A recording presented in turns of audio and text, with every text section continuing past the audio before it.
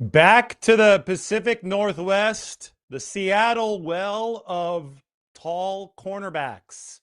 49ers have picked Ephesians Prysock out of Washington, which obviously is in the city of Seattle. I say back to the well of tall cornerbacks up there because, well, there was a time when this 49ers regime was brand new and they went out and they signed Richard Sherman, a 6'3" cornerback. Well, guess how tall Ephesians Prysock is?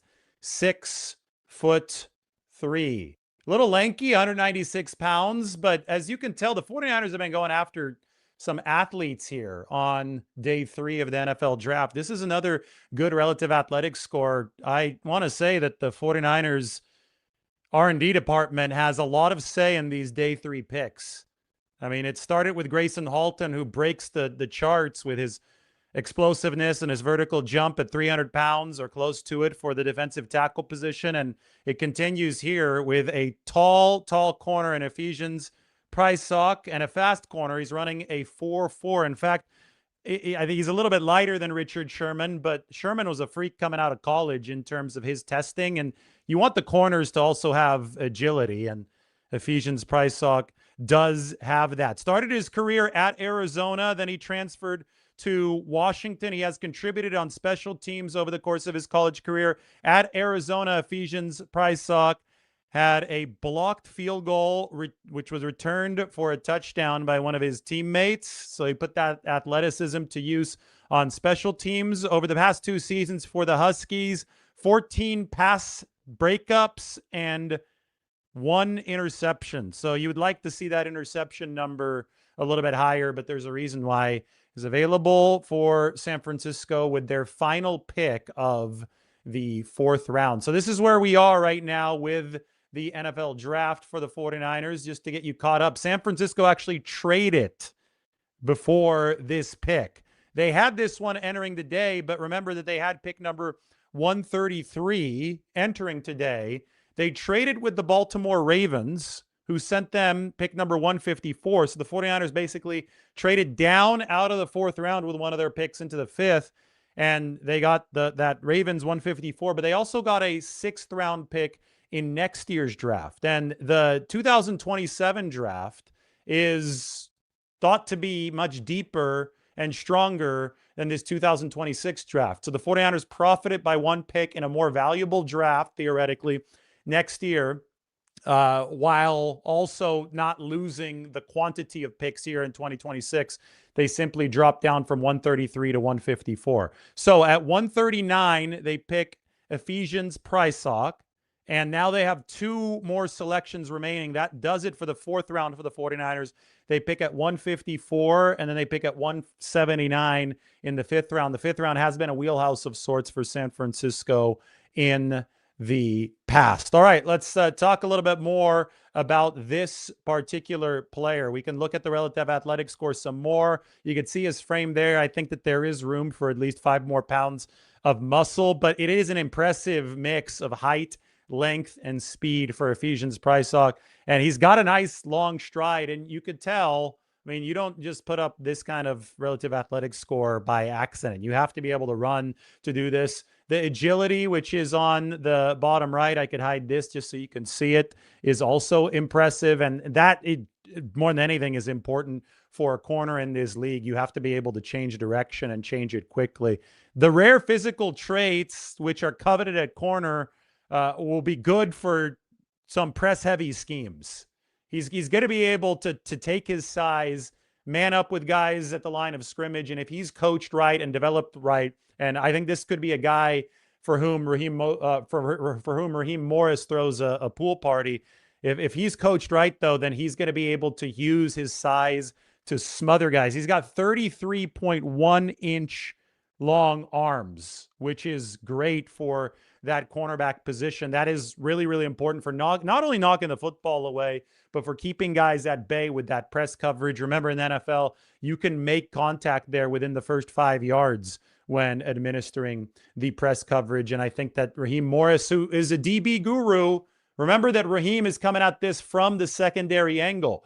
Back when John Lynch was a player in Tampa Bay, Raheem Morris was the assistant DB coach in the room.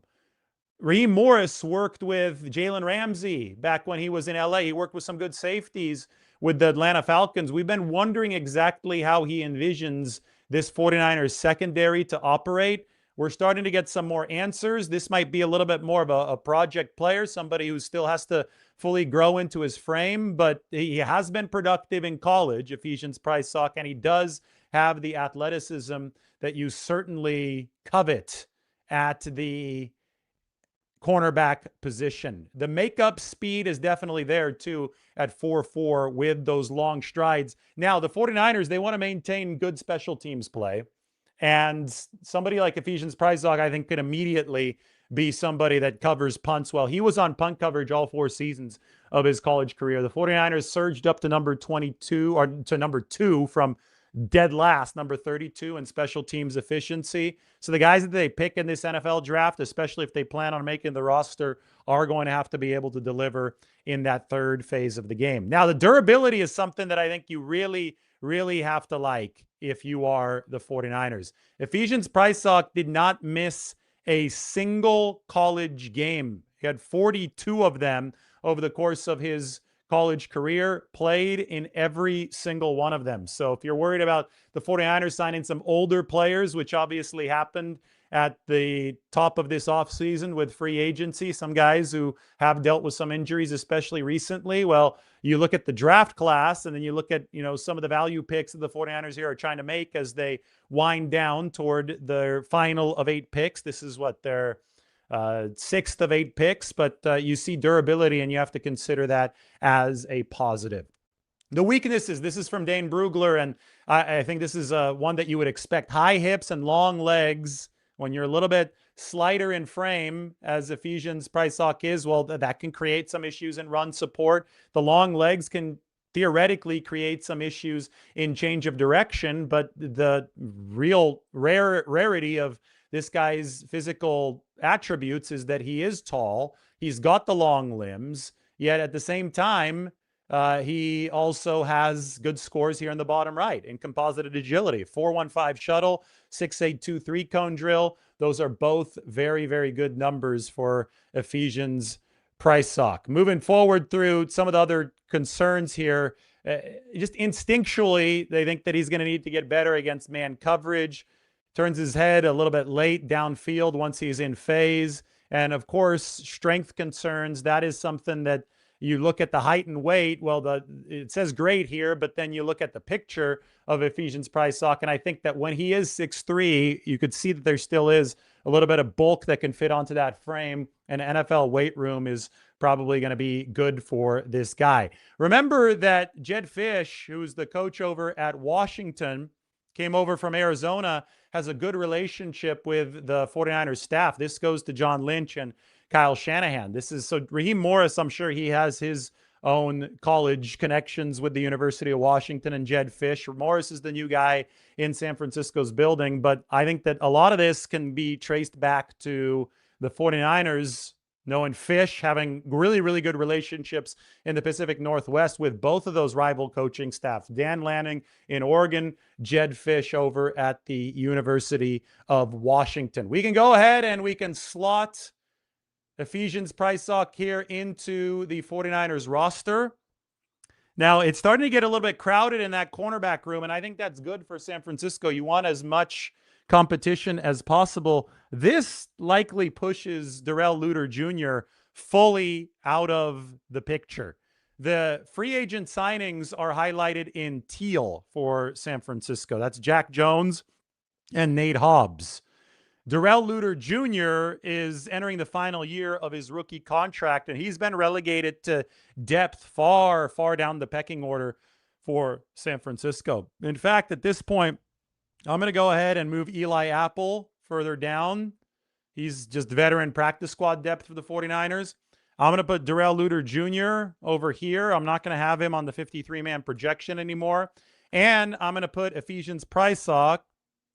Probably, let's put him up here because he'll be behind the first line of cornerbacks. And we'll shade him in green as a rookie. Now, this is, and maybe Saran Neal's not really a cover guy. Saran Neal's a special teams player, and that is his focus. We shouldn't pretend that there's more than that with Saran Neal. So we'll go ahead and put Saran Neal in that third string. He can come in an emergency at corner, but I would say that Ephesians is an outside guy, obviously at 6'3".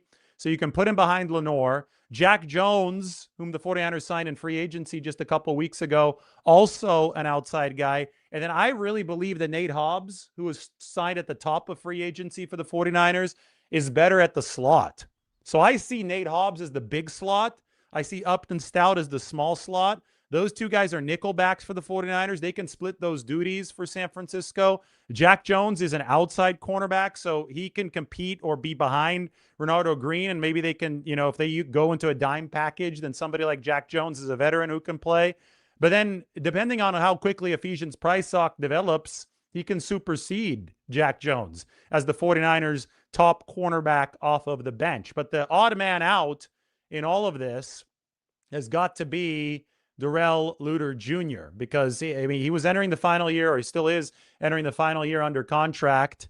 Somebody who has had a famous special teams gaffe in 49ers history during that Super Bowl when the punt bounced off of his leg, has played a little bit as a backup corner, is good in run support, but has struggled in coverage. 49ers looking to upgrade that position, and they're also looking to set themselves up for the future at cornerback. You can never have too many of these guys. The 49ers learned that lesson the hard way back in 2020. I always bring this up when they draft a corner. They ran out of cornerbacks in 2020 fairly early in the year. October, empty stadium, Levi's Stadium. Crowd wasn't allowed in there back then. It was a hot day. Miami with Ryan Fitzpatrick came into town, and because the 49ers had run out of corners, they had to activate Brian Allen off of the practice squad, and he got absolutely torched, completely decimated. And the 49ers, I think Fitzmagic hung 42 on San Francisco. You're only as good as your weakest cornerback on defense. And that was a brutal, brutal afternoon. And ever since then, the 49ers have tried to fortify that position, and they've been more diligent in doing so. They drafted Renardo Green in the second round a couple years ago. He's had a good start to his career. He wasn't as good, I thought, last year as he was as a rookie, and obviously got chewed out by Kyle Shanahan on the sideline. But Renardo, better than a lot of people have given him credit for. There are a lot of fake trade rumors over the course of this offseason. Deommodore Lenoir is one of the best in the game. He's still underrated too. So he's your cornerback one. He's your foundational pillar at the position.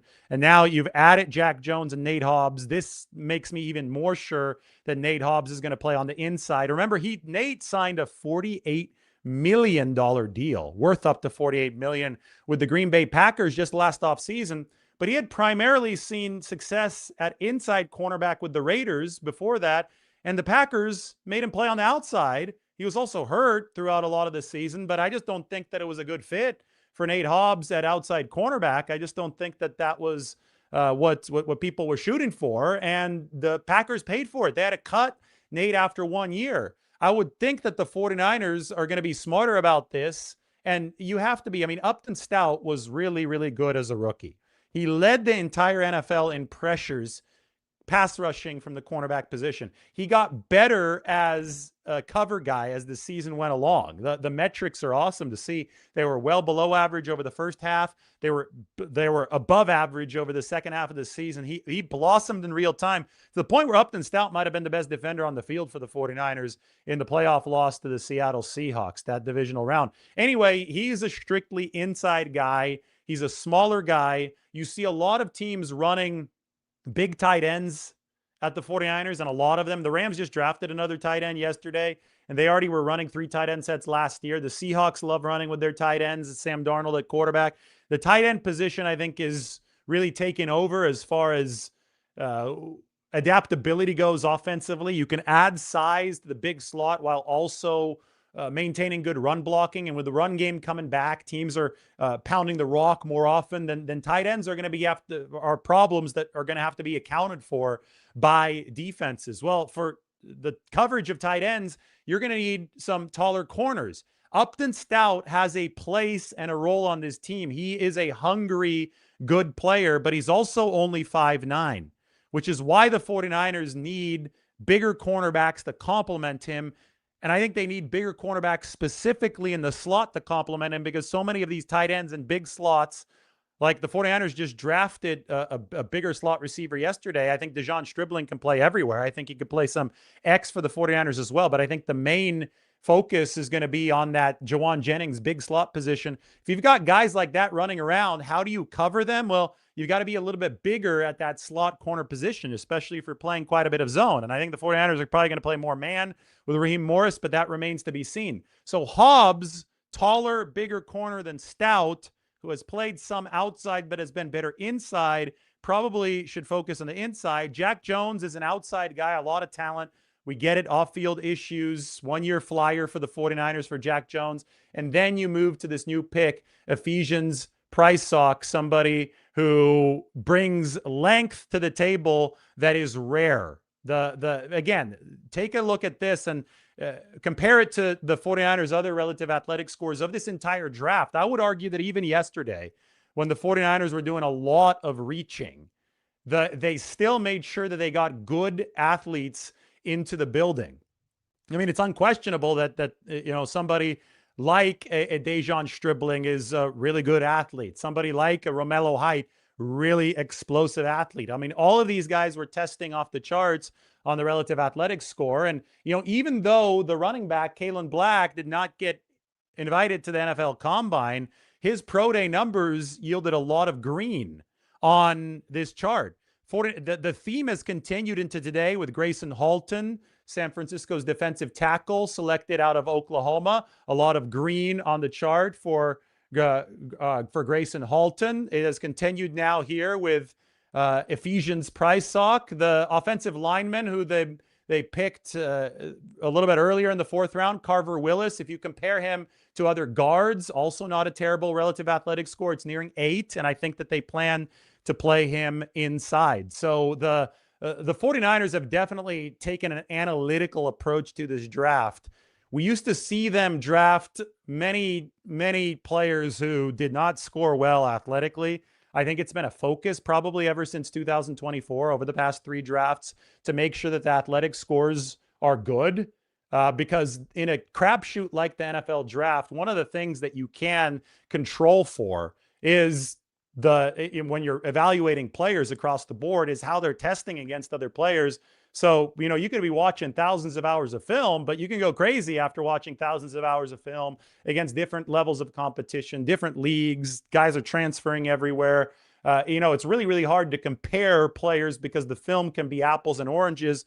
One way to, I think, standardize things is to make sure that you're getting guys who can athletically perform at the baseline level that's necessary. And it is no accident that the 49ers go after guys with a lot of green in their relative athletic scores, just like this new cornerback, Ephesians Prysock. We've got another spider chart here. Mike is delivering the goods today. Let's take a look at some more of the athleticism from one of the 49ers' latest picks. Here we go. Cornerback out of Washington, gold score, 82.7.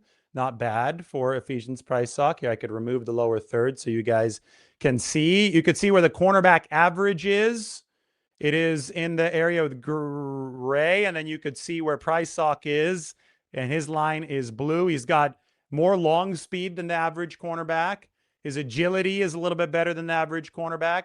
The explosiveness a little bit better, and the size score, of course, a lot better than the average cornerback who's constrained right here. Now, looks like he's a little bit less physical in terms of that grade. I think that comes to be expected when you see the frame on him. That's something that is going to have to go through that NFL weight room to get a little bit better. But we have the roster. We have a look at how this is going to fit for San Francisco, and I think there is a clear spot for him in that DB room. All right, so they've got 2 more picks as of right now. Unless they somehow manage to trade Brandon Ayuk and get a late-round pick, I see only 2 more for the 49ers. They have been able so far in this draft to address the offensive line, and I think that's going to be a guard position for Carver Willis, even though he played tackle in college. Wide receiver, definite position of need. Running back, position of need. In fact, I've already got Kalen Black ahead of Jordan James. He tests much more impressively athletically than Jordan James, who was a 5th-round pick. Black obviously went to San Francisco in the 3rd. We'll see how that finishes up in camp and over the course of this offseason. But Isaac Guerendo I see as the odd man out for the 49ers, unless he really turns it up and impresses them. In that case, Patrick Taylor Jr. can be the odd man out for San Francisco. 49ers are 6 picks away right now, so we're going to wrap this up. I'm just looking at a few more additions. Romello Height, Grayson Halton, definitely good picks for the 49ers as far as how do they fit. I don't know if they're going to be good players. That remains TBD, but they've needed the Bryce Huff type edge rusher. They needed another pass rushing defensive tackle, and they got that. I will say something about Grayson Halton. He's also a good run stopper. This comes from Nick Wagoner, who said that Halton led the FBS with a 9.9% run stop rate as Oklahoma held opponents to 1.8 yards per carry with him on the field. That's a good stat from ESPN. So it's surprising that Halton was available at number 107, but the 49ers, I think, definitely happy with that. And now they take the flyer on Ephesians Prysock, the cornerback, who is going to slot there behind either Diamara Lenore or Renardo Green. All right, that does it for the 49ers' 4th round. They pick a corner. They're now going to move on to the 5th. The next selection for San Francisco is number 154. They acquired that one from the Baltimore Ravens. Remember, they also have been able to profit with a pick in the 6th round of next year's draft as part of that trade. And then they're going to round things out, as it appears, with pick number 179 in the 5th round. So it's going to be an 8-player draft haul, barring any future trades for the 49ers. Now, it is possible that the 49ers continue trading. They have now made 5 trades over the course of this NFL draft, which ties the record of John Lynch and Kyle Shanahan. Back in 2017, their first season, the 49ers made 5 trades. They've made 5 over the course of this draft. Bill Walsh, back in 1986, exactly 40 years ago, made 6 trades, which really set the tone for how trading works during the NFL draft. Traded down out of the 1st round and ended up having 13 total selections, including 9 picks over the first 7 rounds. Back then, the draft took 10 rounds, so it was much longer back then. But come draft day, the second floor at 49ers headquarters took on the air of a commodities market. That was back 40 years ago in 86. Well, I would say that it has a commodities market vibe here in it's not 1900 anymore. It's 2026. Starting to get tired. The draft is starting to run a little bit long. Be back with you in a few picks. 49ers add the corner, Ephesians Prysock. He's tall, just like Richard Sherman, coming out of that Seattle area. University of Washington, 6'3", can run. 49ers are going to be excited to develop him with new defensive coordinator Raheem Morris and the new DB coach, Jerry Gray.